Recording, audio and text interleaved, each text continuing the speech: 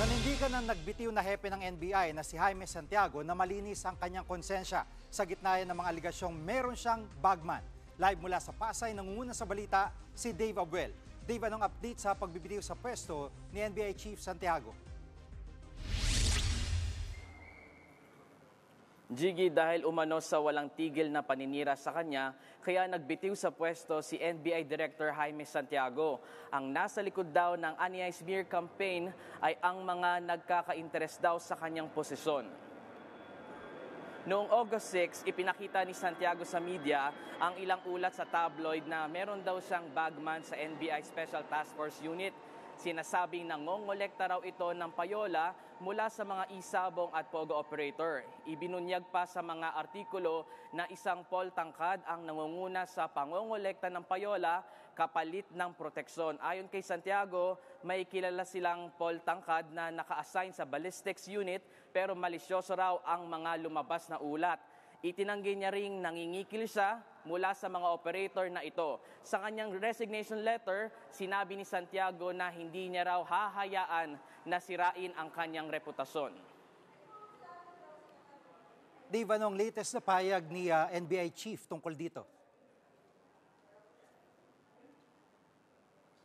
Jiggy, hindi muna nagpa-unlock ng panayam sa media si Santiago pero nagbigay siya ng mensahe sa kanyang mga empleyado sa NBI kanina. Muli niyang iginiit na malinis ang kanyang konsensya. Pakinggan natin ito. Pinagpipilitan si Paul Tangkad ay kolektor ko. Mga kasama, uulitin ko. Andiyan ang members ng media. Titingin ako sa inyo eye to eye. Tumayo ngayon ang inuobliga ko na magkaroon ako ng lingguhan, monthly. Tumayo ngayon, parang awa nyo na. Kung meron akong inuutusan sa inyo na magbigay sa akin ng pera, ay Diyos ko, lagi kong gaida sa inyo, gusto ko trabaho, trabaho, trabaho. At Dave, may matunog na bang papalit sa kanya? Jiggy, sinabi ni DOJ spokesperson Miko Clavano na inendorso nila si Justice Undersecretary Jess Andres bilang acting director ng NBI. Pero ayon kay Justice Secretary Boying Remulla, hindi kailangan magtalaga ng officer in charge sa NBI. Nakasad naman daw sa resignation letter ni Santiago na aalis siya kapag may kapalit na siya. Balik sa iyo, Jiggy. Yan ang ulat ni Dave Abuel live mula sa Pasay City.